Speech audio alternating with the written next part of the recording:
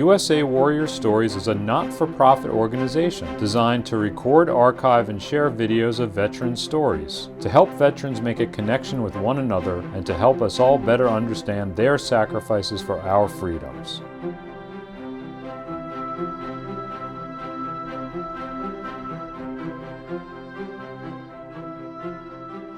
We'd like to thank the French and American teams who worked closely for over a year to make this monument happen. The French team did all the foundational stonework, landscaping work to convert a grassy hill into a monument site.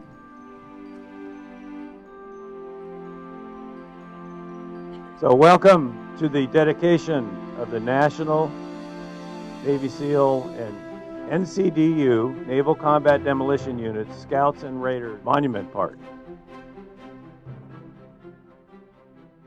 I'm Steve McMahon from Manchester, New Hampshire, and I'm here on this trip with a group from the Navy SEAL Museum from Fort Pierce, Florida. We are now in Normandy, in the little village of Bocheville, where we have been staying in a beautiful manor not far from the beaches of the invasion. In New Hampshire, we have a fundraiser in which my wife and I are involved. And our responsibility is to find housing for them at Newfound Lake, where we have a home. And this has been going on for 7 years now. We've had the great pleasure of meeting many of the SEALs who we house. We throw a big dinner for them when they're up in New Hampshire at Newfound Lake. And as a result have developed some incredible friendships and tremendous respect and admiration for the SEALs. My wife Grace has always had on her bucket list to visit Normandy.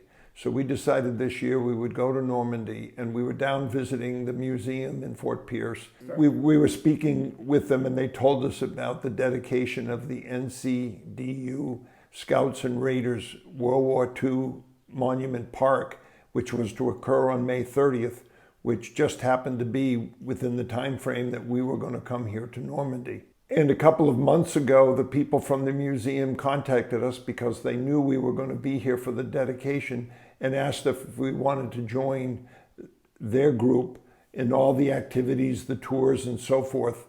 And it was incredibly generous of them, and it's been a phenomenal experience for us. Well after my father passed away, I found an envelope, and in that envelope were several articles, his wedding license, and so forth. But one of the things that really caught me by surprise was a little article in the newspaper about the fact that he had served on an LST, number 61, and had made over 50 trips across the English Channel, including the first trip, which was D-Day. He had never spoken to any of us. I have 4 siblings. He had never spoken to any of us about any of this other than the fact that he was an electrician on an LST in the Navy. That's all we knew. Well, the newspaper article did mention LST number 61, but I really didn't know how to research that much. And while here, I was speaking with one of the people on the trip, and he immediately pulled it up on the computer, and he showed me an iconic picture that included my father's ship, LST number 61, on D-Day, delivering the troops and the equipment to the beach. Never in my lifetime, or any of my siblings' lifetime, did my father mention anything other than he was an electrician on an LST, and we thought he was in the invasion of Normandy. But since then, after he died, there was an article in the newspaper talked about him making 50 trips back and forth across the channel. And he was on, in the newspaper article, listed LST number 61. Which, when you look here, LST 61 is here on D-Day, November 6th, one of his 50 trips. And I was blown away that this is in this monument. So it's just an incredible circumstance. Until this morning, I never knew this was part of this fabulous monument that they have dedicated to all of these SEAL predecessors.